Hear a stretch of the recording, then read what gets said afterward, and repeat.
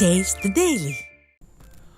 மோசடி புகார் தொடர்பாக காவல்துறை நடவடிக்கை எடுக்காததால் தருமபுரி மாவட்ட காவல் கண்காணிப்பாளர் அலுவலகத்தில் மனு அளிக்க வந்த விவசாயி தீக்குளித்து தற்கொலைக்கு முயற்சி.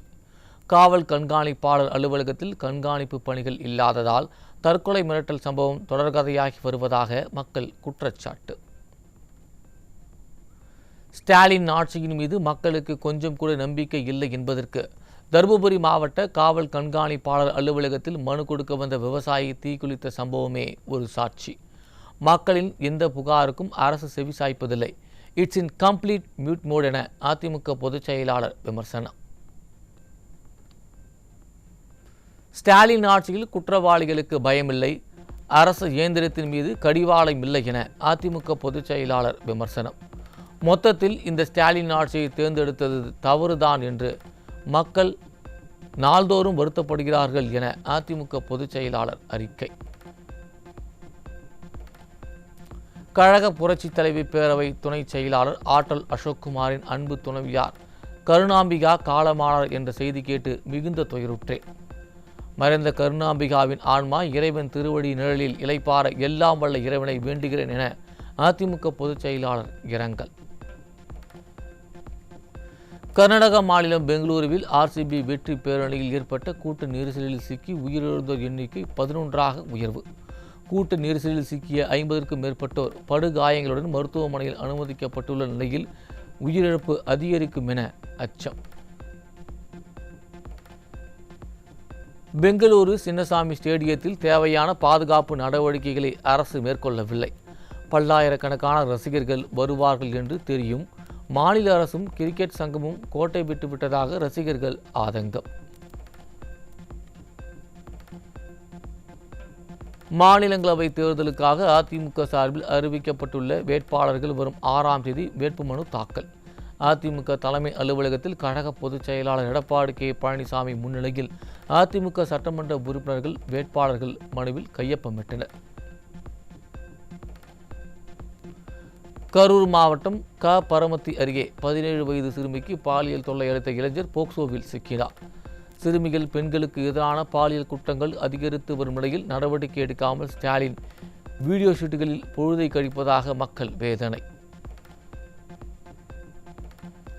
ஈரோடு மாவட்டம் கோபி அருகே 16 வயது சிறுமியை திருமணம் செய்து கர்ப்பமாக்கிய இளைஞர் உட்பட 5 போக்சோவில் சிக்கினர். ஸ்டாலின் அரசு வெற்று விளம்பரங்களில் மட்டுமே கவனம் செலுத்துவதால் தமிழகத்தில் குழந்தை திருமணங்கள் அதிகரிக்கும் அவலம். நாகப்பட்டினம் மாவட்டம் வேதாரண்யம் அருகே 17 வயது மகளுக்கு பாலியல் தொல்லை கொடுத்த தந்தை போக்சோவில் பிடிபட்டார். பாலியல் வன்கொடுமைகளால் பாதிக்கப்படும் சிறுமிகளின் அலறல் குரல் அப்பா ஸ்டாலின் செவிகளை எப்போது ரணமாக்கும் என மக்கள் கேள்வி. திருவண்ணாமலை மாவட்டம் செங்கம் அருகே ஓடும் பேருந்தில் மது போதையில் தன்னிடம் பாலியல் சீண்டலில் ஈடுபட்ட இளைஞரை சகோதரருடன் சேர்ந்து காலணியால் அடித்து துவைத்த கல்லூரி மாணவி. எதிர்க்கட்சித் தலைவர் கூறுவது போல இந்த விடியாத ஆட்சி முடியும் வரை பெண்கள் தங்களை தாங்களே பாதுகாத்துக் கொள்ள வேண்டும் என்பது மீண்டும் நிரூபணம்.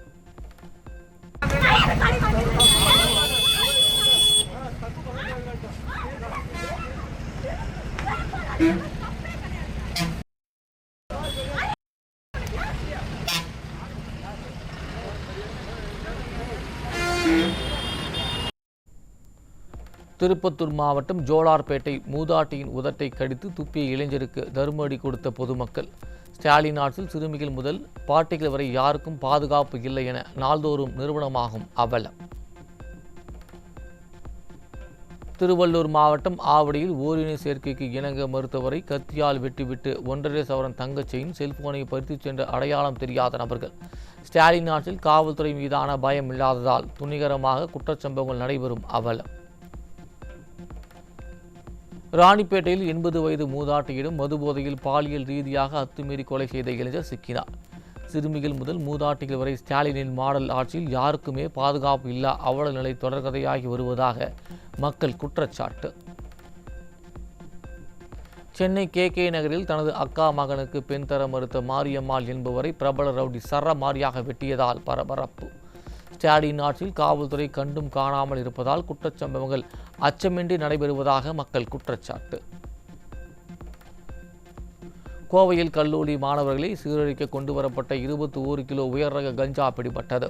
ஸ்டாலினின் மாடல் ஆட்சியில் காவல்துறை கும்பகர்ண தூக்கத்தில் இருப்பதால் கோவை போதைப் பொருட்களின் குடோனாக மாறி வருவதாக மக்கள் குற்றச்சாட்டு. கர்நாடக மாநிலத்திலிருந்து சேலம் வழியாக முசூரிக்கு கடத்தி வரப்பட்ட 2 லட்சம் ரூபாய் மதிப்பிலான குட்கா உள்ளிட்ட போதைப் பொருட்கள் பிடிபட்டது. விடியா திமுக ஆட்சியில் மாநில எல்லையில் ஏவல்துறை லஞ்ச லாவணியத்தில் தலைப்பதால் இளைஞர்களின் வாழ்க்கையை சீரழிக்கும் போதைப் பொருட்கள் நாள்தோறும் கடத்தப்பட்டு வருவதாக பொதுமக்கள் குற்றச்சாட்டு. சேலத்தில் இளைஞர்களின் வாழ்வை சீரழிக்க காரில் கடத்தி வரப்பட்ட 540 கிலோ குட்கா பொருட்களுடன் ஒருவர் பிடிபட்டார். ஸ்டாலின் ஆட்சியில் போதைப் பொருட்களை கட்டுப்படுத்த நடவடிக்கை எடுக்காததால் இளைஞர்களின் எதிர்காலம் சீரழிந்து வருவதாக பொதுமக்கள் குற்றச்சாட்டு. திருவள்ளூர் அரசு மருத்துவமனையில் பிணவரையில் வைக்கப்பட்டிருந்த 60 வயது ராஜேந்திரன் உடலுக்கு பதிலாக இளைஞரின் சடலம் வழங்கப்பட்டதால் மருத்துவமனையை முற்றுகையிட்ட உறவினர்கள். அரசு மருத்துவமனை நிர்வாகம் அலட்சிய போக்குடன் செயல்படும் நிலையில் பிரியாணி புகழ் அமைச்சர் மாசு இதற்கு என்ன பதில் சொல்லப் போகிறார் என மக்கள் கேள்வி. என்னுடைய தகப்பனுடைய உடல் கிடையாதுன்னு சொல்லி புள்ள சொல்லும் போது அவங்க அலட்சியமான பதிலே சொல்றாங்க. இதுதான் சொல்லிட்டே இருந்தாங்க. தொடர்ந்து வேற பாடியை காட்டுறாங்க. இதுவா பாருங்கன்னு எல்லா பாடியும் திறந்து காட்டுறாங்க. 3 பாடி நேத்து போஸ்ட்மார்ட் பண்ணி அனுப்பி இருக்கிறாங்க. ஒருத்தர் தான் உறவினர் பெற்று கொண்டு போயிருக்கிறார். 2 அன்னவுன் சொல்லிட்டு கொடுத்து அனுப்பி இருக்கிறாங்க. அன்னவுன் பாடியை யார கட்ட கொடுத்தீங்க அப்படின்னு கேட்கும்போது இந்திக்காரங்க ஒரு பாடியை வாங்கி போனாங்க வெங்கல்ல இருந்துன்னு சொல்லிட்டு தகவல் வந்ததுங்க. அந்த 2 பாடியில விசாரிச்சா வெங்கலுக்கு இந்திக்காரங்க எடுத்துக்கொண்டு போன பாடி தான் ராஜேந்திரனுடைய பூத உடல். தேசிய அளவில் ஜேஇஇ அட்வான்ஸ் தேர்ச்சி விகிதத்தில் தமிழகம் மிகவும் பின்தங்கியதால் மாணவர்களின் எதிர்காலம் இருளில் ஆழ்ந்துள்ளதாக விமர்சனம். வெற்றிகளை மட்டுமே தனதாக்கிக் கொள்ளும் ஸ்டிக்கர் ஸ்டாலின் கிராமப்புற மாணவர்களுக்கு தரமான பயிற்சி வழங்க உடனடி நடவடிக்கை எடுக்க வேண்டும் என வலியுறுத்தல். பெண்களுக்கு வழங்கப்பட்ட மின் ஆட்டோக்கள் சார்ஜிங் பாயிண்டுகள் இல்லாமல் கிடப்பில் கிடக்கும் அவலம். வரி பணத்தை வீணடித்து விளம்பர வெளிச்சத்தில் மக்களை ஏமாற்றுவதை நிறுத்தி உண்மையான உள்கட்டமைப்பு வசதிகளை ஏற்படுத்த பெண்கள் வலியுறுத்தல். திமுக முன்னாள் அமைச்சர் பொன்முடி மீதான செம்மண் குவாரி வழக்கில் 20 பக்கங்கள் கொண்ட கூடுதல் குற்றப்பத்திரிகை விழுப்புரம் நீதிமன்றத்தில் தாக்கல். பொன்முடி மீதான செம்மண் குவாரி வழக்கின் விசாரணை வரும் 18ஆம் தேதிக்கு ஒத்திவைப்பு. மதுபான கடைகளை கூடுதலாக நிறுவுவதற்கு பதிலாக மது விலக்கிற்கு உறுதுணையாக நடவடிக்கைகளை முயற்சிக்க வேண்டும். திண்டுக்கல் திருச்சி சாலையில் உள்ள டாஸ்மாக் கடையை 2 வாரங்களில் மூட வேண்டும் என உயர்நீதிமன்ற மதுரை கிளை உத்தரவு. நிதி நிறுவன மோசடியால் படிப்பறிவில்லாத ஏழை எளிய மக்களே அதிகம் பாதிக்கப்பட்டு வருகின்றனர். அப்சல் நிதி நிறுவன மோசடி வழக்கை 6 மாதங்களில் முடிக்க உயர்நீதிமன்ற மதுரை கிளை உத்தரவு. சென்னை கொளத்தூரில் விளம்பர புகழ் ஸ்டாலினால் அடிக்கல் நாட்டப்பட்ட வண்ண மீன்கள் வர்த்தக மைய திட்டம் கைவிடப்பட்ட அவலம். கமிஷன் கலெக்ஷன் மற்றும் கட்டிங் முடிந்த பிறகு உறுதி அளித்தபடி தடையற்ற மின்சாரத்தை வழங்காததால் வண்ண மீன் விற்பனையாளர்கள் ஏமாற்றம். சிதம்பரம் அண்ணாமலை பல்கலைக்கழகத்தில் பணியாளர்களுக்கு மே மாத ஊதியம் வழங்காததை கண்டித்து நிர்வாக அலுவலகத்தை முற்றுகையிட்டு ஊழியர்கள் ஆர்ப்பாட்டத்தில் ஈடுபட்டதால் பரபரப்பு. துணைவேந்தர் ஒருங்கிணைப்பு குழு உறுப்பினர் உறுதியளித்தபடி வியாழக்கிழமை சம்பளம் வழங்கவில்லை என்றால் மிகப்பெரிய போராட்டம் நடைபெறும் என ஊழியர்கள் எச்சரிக்கை. ஸ்டாலின் மாடல் அரசு 4 ஆண்டுகள் நிறைவடையும் நிலையில் மத்திய அரசு மற்றும் சர்வதேச முதலீட்டாளருடன் பேச்சுவார்த்தை நடத்தி பெரிய திட்டங்களை தமிழகத்திற்கு கொண்டு வருவதில் தோல்வியடைந்து வருவதாக குற்றச்சாட்டு. மத்திய அரசு மற்றும் வெளிநாட்டு முதலீடுகளை ஆந்திரா தெலுங்கானா மாநிலங்கள் முழுமையாக பயன்படுத்துவதால் தமிழகம் பொருளாதார வளர்ச்சியில் பின்தங்கிவிட்டதாக மக்கள் விமர்சனம். தூத்துக்குடி மாவட்டம் ஸ்ரீவைகுண்டத்தில் தாமிரபரணி ஆற்றில் பெருமளவு மணல் கொள்ளை நடப்பதாக புகார்கள் எழுந்தும் அதிகாரிகள் தடுக்காதது ஏன் என அறிக்கை தாக்கல் செய்ய மாவட்ட ஆட்சியருக்கு மதுரை உயர்நீதிமன்றம் உத்தரவு. சிறு துரும்பு கூட எங்களுக்கு தெரியாமல் வெளியே செல்லாது என பெருமை பேசும் விடியா அரசின் அமைச்சருக்கு நீதிமன்ற குட்டுக்கு பதில் சொல்ல திராணி உள்ளதா என மக்கள் கேள்வி. செங்கல்பட்டு மாவட்டம் மதுராந்தகம் அருகே அரசு விரைவு பேருந்தின் முன்சக்கர டயர் வெடித்து பேருந்து கவிழ்ந்த விபத்தில் 10க்கும் மேற்பட்டோர் காயம். ஸ்டாலினின் மாடல் ஆட்சியில் போக்குவரத்து அதிகாரிகள் முறையாக பேருந்துகளை ஆய்வு மேற்கொள்ளாமல் மக்களின் உயிரோடு விளையாடுவதாக குற்றச்சாட்டு.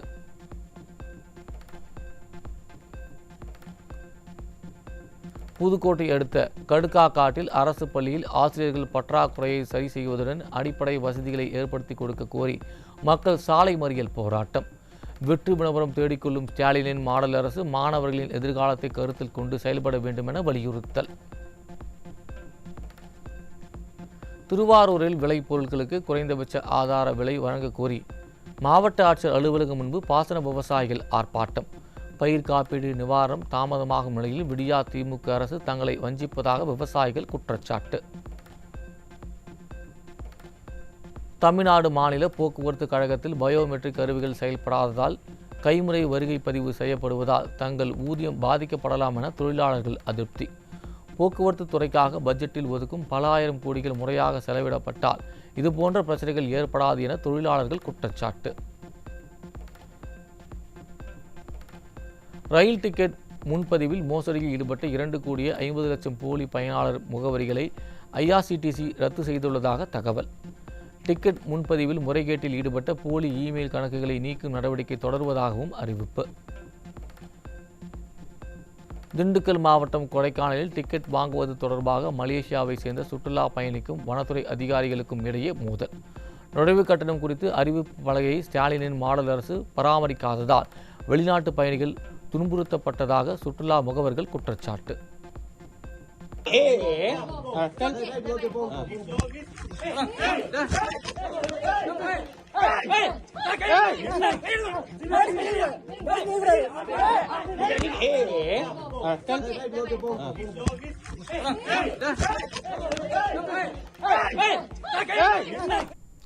நாமக்கல் மாவட்டம் ராசிபுரம் அருகே தெருநாய் கடித்ததில் பள்ளி மாணவன் உட்பட 8 பேருக்கு காயம்.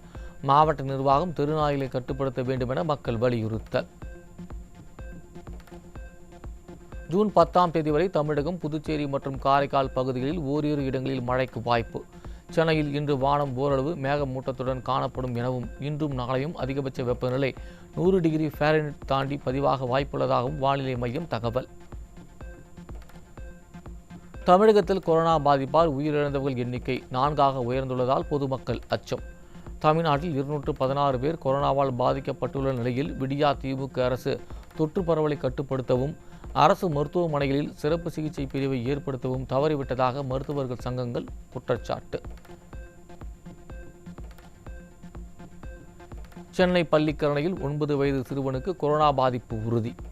பள்ளிகளில் கட்டுப்பாடுகள் இல்லாததும் கல்வித்துறையின் கவனக்குறைவாலும் சுகாதாரத்துறையின் அலட்சியமுமே காரணம் என மக்கள் குற்றச்சாட்டு.